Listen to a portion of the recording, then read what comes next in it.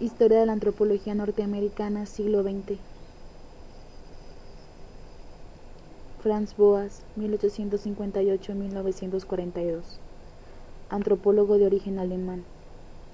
Nació en Minden, Westfalia, en 1858. Estudió física, matemáticas y geografía en las universidades de Bonn y Kiel. Se doctoró en esta última. Su tesis doctoral de geografía versó sobre el color de las aguas del mar, en 1881. Fue profesor de la Universidad de Columbia en Estados Unidos durante 37 años. Pionero de la moderna antropología cultural, defendió la inexistencia de una raza pura superior a otras. Cuestionó las simplificaciones del evolucionismo e insistió en la especificidad de cada cultura.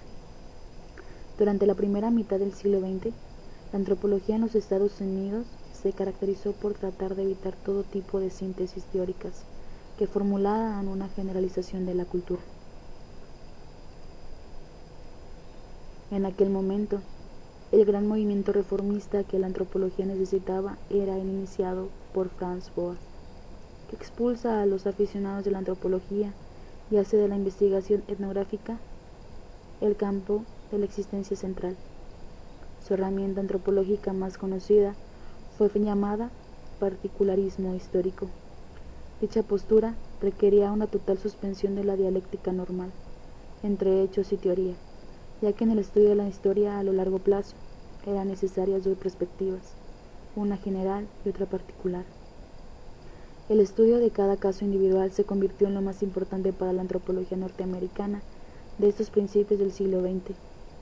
Esto atentaba directamente contra el discurso del darwinismo social spensiano, ya que la postura boyesiana abogaba por la idea de que no existe una raza pura, sino un conjunto de ellas, es decir, todos los grupos culturales tienen una carga de categorías hereditarias comunes en algún punto de la historia. Boas es considerado padre de la antropología americana. Es el hombre que convirtió la antropología en ciencia, ya que fue el primer científico social blanco que abogó por la no superioridad de raza. Sus estudios previos de física trajeron a la antropología la definición del problema, el exacto rigor del método y una objetividad sumamente crítica. Hasta el último de sus días, aún a los 84 años de edad, permaneció firme en su puesto de lucha. Falleció en los brazos de su amigo y colega Claude Lévi-Strauss, quien recuerda, egoístamente, que el día de la muerte de Franz Boas fue el día más frío, gris y triste de toda su vida. La mente del hombre primitivo en el Nuevo Mundo. Jefferson hizo todos los esfuerzos posibles para alentar y apoyar las investigaciones etnográficas, lingüísticas y arqueológicas durante su presidencia, que fue de 1801 a 1809. Organizó la expedición de Lewis y Clark en 1803 a 1806 y encomendó a los exploradores que, además de encontrar una ruta hasta la costa del Pacífico, observaran y registraran los detalles etnográficos. El viaje de Franz Boas por la antropología es la odisea del hombre por la evolución. Su creciente interés por el conocimiento de las sociedades y las culturas le llevó a investigar la vida de los nativos de la tierra de Muffin a partir de 1886. Y fue en este momento cuando se produjo algo que lo marcó profundamente. Se dio cuenta de que esos nativos que viven en un medio ambiente inhóspito y hostil parecería que están fuertemente condicionados por el medio social y cultural. Pero a pesar de sus estudios geográficos, Franz Boas asegura que el individuo no está geográficamente determinado ante su historia. En la década siguiente, se instala oficialmente en los Estados Unidos y, tras incorporarse al Museo de Historia Americana, se convierte en docente de la Universidad de Columbia en 1899. Franz Boas le confirió a la antropología el estatuto científico que ha conservado hasta su actualidad. La organizó a través de unos campos de conocimiento que en la actualidad siguen estando presentes en la antropología norteamericana. Boas concibió una antropología fundamental basada en 4 pilares. La primera, la antropología física; la segunda, la arqueología; la tercera, la lingüística; y por cuarta, la antropología social. El primer clasificador de lenguas norteamericanas fue Albert Gallatin, de 1761 a 1849, secretario de Estado bajo la presidencia de Jefferson, cofundador y primer presidente de la Sociedad Etnológica Norteamericana en 1842. Esta sociedad fue el primer grupo profesional de antropólogos formado en Estados Unidos. Boas se convertiría en el gran reformador de esta escuela. El método boasiano. Franz Boas es un individuo evidentemente que surge de los ideales del siglo XIX. Eso significa simplemente haber nacido en el momento que el mundo se hizo más complejo. Boas propondrá abordar la cultura como antes ningún otro individuo lo habría hecho. Abrirá rutas de análisis penetrantes y horizontes insospechados para comprender los procesos humanos para él. Cultura es creación orgánica y viva y no una adaptación mecánica impuesta, inevitable, evolutiva. Boas no produjo ninguna categorización fija para establecer un concepto que definiera dicho término. Sin embargo, sí propuso que cultura es algo que es aprendido, compartido. Su significado está integrado en el centro de nuestra existencia. Con las ganancias que le producía las publicaciones de sus artículos, Franz Boas embarcó a su primera expedición a la isla Maffin. En nórdico antiguo significa tierra de piedra plateada, al norte de Canadá. Contratado en un principio como cartógrafo, debido a sus dotes como geógrafo. Pero muy pronto el joven investigador empezó a compartir con sus anfitriones esquimales carne cruda de foca. Participó en medio de las implacables e inhóspitas condiciones del Ártico. Siempre fue su sueño visitar los casquetes polares. Él mismo habría de convertirse en un esquimal, durmiendo en iglú, calentado en las noches por lámparas de aceite de foca y pieles de caribú. Boas había descubierto que los esquimales tenían un conjunto diferente de categorías de color que influía en su percepción del color del mar. A partir de allí, empezó a reconocer la importancia de la cultura. Con el tiempo le iniciaron inclusive en las artes secretas del chamanismo, en el misterio de sus mitos y rituales. Hicieron de Boas parte de su círculo. Los esquimales eran geógrafos naturales y también trazaban mapas de pieles de animales, guiados por las estrellas. Tenían una economía basada en el intercambio y el trato igualitario.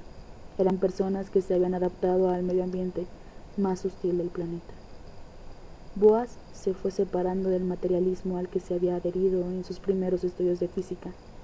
La trayectoria de su crecimiento intelectual le hizo seguir todo el camino desde la física a la geografía y de esta a la etnografía. Deseaba estudiar la interacción entre lo orgánico y lo inorgánico, y en especial entre la vida de un pueblo y su medio físico. Para comprender parte del trabajo de Boas, uno debe estar inmerso en el continuo ataque frente al racismo. Su análisis concluye que la variedad de las culturas encontradas en asociación con cualquier raza es tan amplia como para probar que no existe ninguna relación entre raza y cultura. También concluyó que la variación de fenotipos dentro de una raza hace imposible hablar de razas inferiores y superiores. Boas mantuvo esa posición sobre la raza durante toda su vida. Afirmó que la diferencia entre las poblaciones es independiente de las características raciales, mientras que es una función de diferencias culturales. El particularismo histórico. Su perspectiva recibe el nombre del particularismo histórico y se caracteriza por el rechazo de las generalizaciones típicamente evolucionistas a favor de otra perspectiva que enfatiza la realidad propia de cada cultura. El particularismo histórico es una corriente muy importante dentro de la antropología estadounidense, cuyo precursor fue Franz Boas. En dicha postura se criticaba principalmente las teorías evolucionistas lineadas del siglo XIX y sus procesos de evolución, más concretamente el darwinismo social, que se basaba en la evolución por adaptación y supervivencia. Franz Boas pensaba que estas corrientes carecían de evidencias empíricas suficientes. Boas recomendó la sustitución del método comparativo por el histórico. Este último se basaría en el principio de que los fenómenos similares no siempre se debían a las mismas causas, por lo que debía establecerse empíricamente una causa común para cada caso aislado. Aceptó una sola causa común para las similitudes culturales, un común origen histórico. Los fenómenos históricos de una tribu o pueblo solo pueden ser entendidos como desarrollo de condiciones específicas y únicas en que ese pueblo vive. Para el historicismo de Boas, era necesario saber qué prácticas históricas permanecen y cuáles otras han desaparecido. Para él, era necesario conocer la historia específica y única de cada grupo a partir de la reconstrucción minuciosa del material histórico-cultural singular. En la cuestión de la evolución paralela a la que se aplicó el método comparativo, Boas alega que no se puede pasar a esta conclusión hasta que no se han recogido cierto tipo de datos, a saber, por ejemplo, los hechos de las secuencias históricas por las que en las distintas áreas locales particulares han llegado a darse los fenómenos observados. Hay dos conceptos que son parte sustancial de la antropología y que constituyen otras tantas aportaciones de Boas. El primero es el relativismo cultural, según el cual los sistemas culturales son intrínsecamente iguales. Cualquier análisis acerca de los mismos solo puede realizarse en su propio contexto. El otro es el particularismo histórico, que sostiene la universalidad de determinados elementos unidos a la identidad de la estructura mental del hombre. En el motor de la cultura, las fuerzas dinámicas que mueven al hombre son las mismas que han movido todas las culturas desde hace miles de años.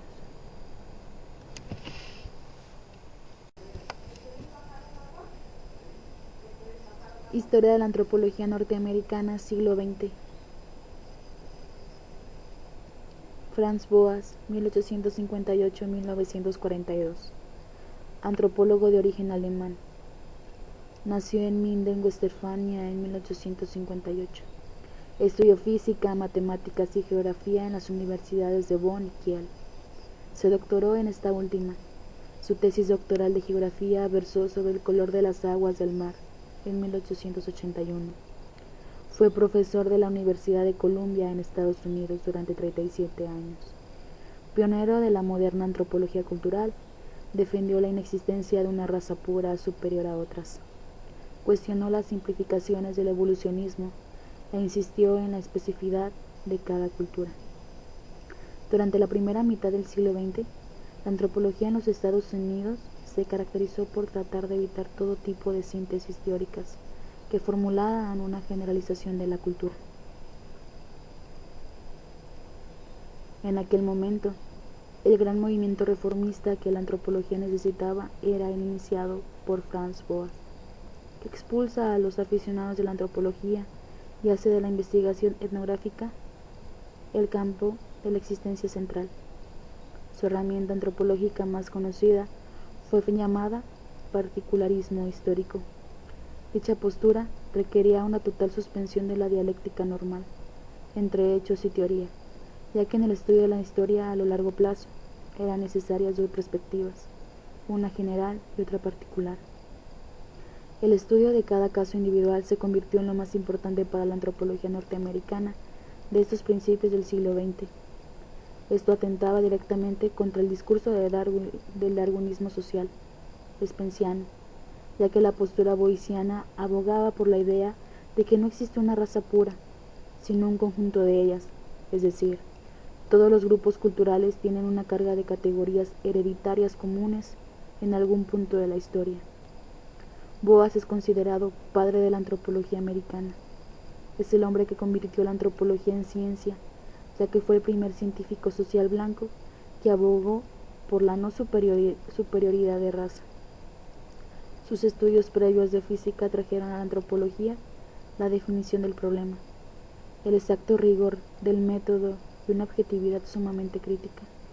Hasta el último de sus días, aún a los 84 años de edad, permaneció firme en su puesto de lucha. Falleció en los brazos de su amigo y colega Claude Lévi-Strauss, quien recuerda, egoístamente, que el día de la muerte de Franz Boas fue el día más frío, gris y triste de toda su vida. La mente del hombre primitivo en el Nuevo Mundo. Jefferson hizo todos los esfuerzos posibles para alentar y apoyar las investigaciones etnográficas, lingüísticas y arqueológicas durante su presidencia, que fue de 1801 a 1809. Organizó la expedición de Lewis y Clark en 1803 a 1806 y encomendó a los exploradores que, además de encontrar una ruta hasta la costa del Pacífico, observaran y registraran los detalles etnográficos. El viaje de Franz Boas por la antropología es la odisea del hombre por la evolución. Su creciente interés por el conocimiento de las sociedades y las culturas le llevó a investigar la vida de los nativos de la tierra de Marfil a partir de 1886. Y fue en este momento cuando se produjo algo que lo marcó profundamente. Se dio cuenta de que esos nativos que viven en un medio ambiente inhóspito y hostil parecería que están fuertemente condicionados por el medio social y cultural. Pero a pesar de sus estudios geográficos, Franz Boas asegura que el individuo no está geográficamente determinado ante su historia. En la década siguiente, se instala oficialmente en los Estados Unidos y tras incorporarse al Museo de Historia Americana, se convierte en docente de la Universidad de Columbia en 1899. Franz Boas le confirió a la antropología el estatuto científico que ha conservado hasta su actualidad. La organizó a través de unos campos de conocimiento que en la actualidad siguen estando presentes en la antropología norteamericana.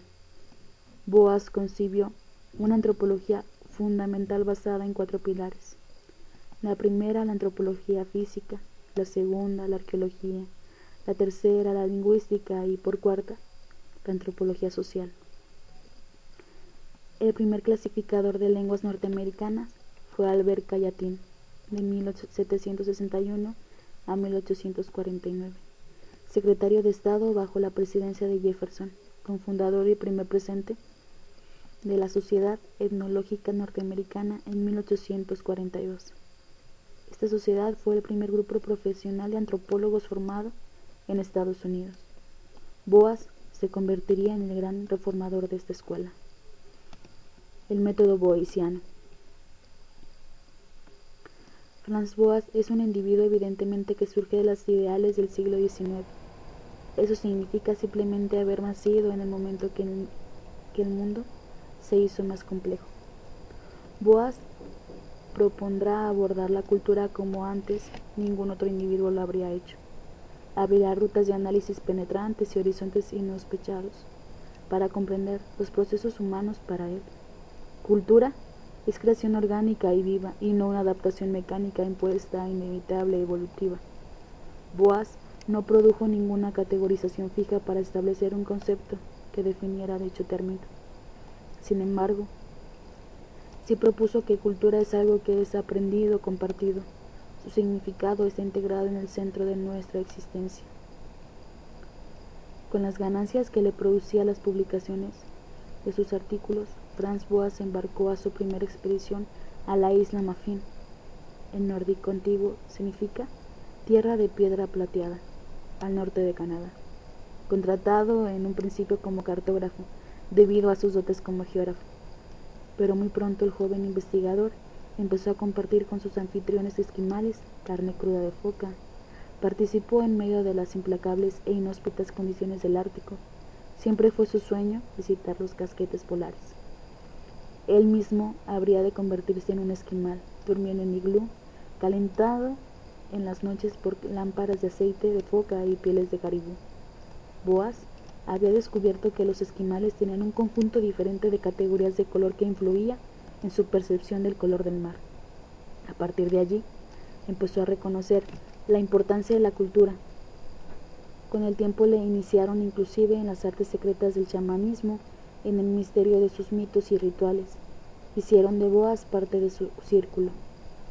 Los esquimales eran geógrafos naturales y también trazaban mapas de pieles de animales, guiados por las estrellas. Tenían una economía basada en el intercambio y el trato igualitario.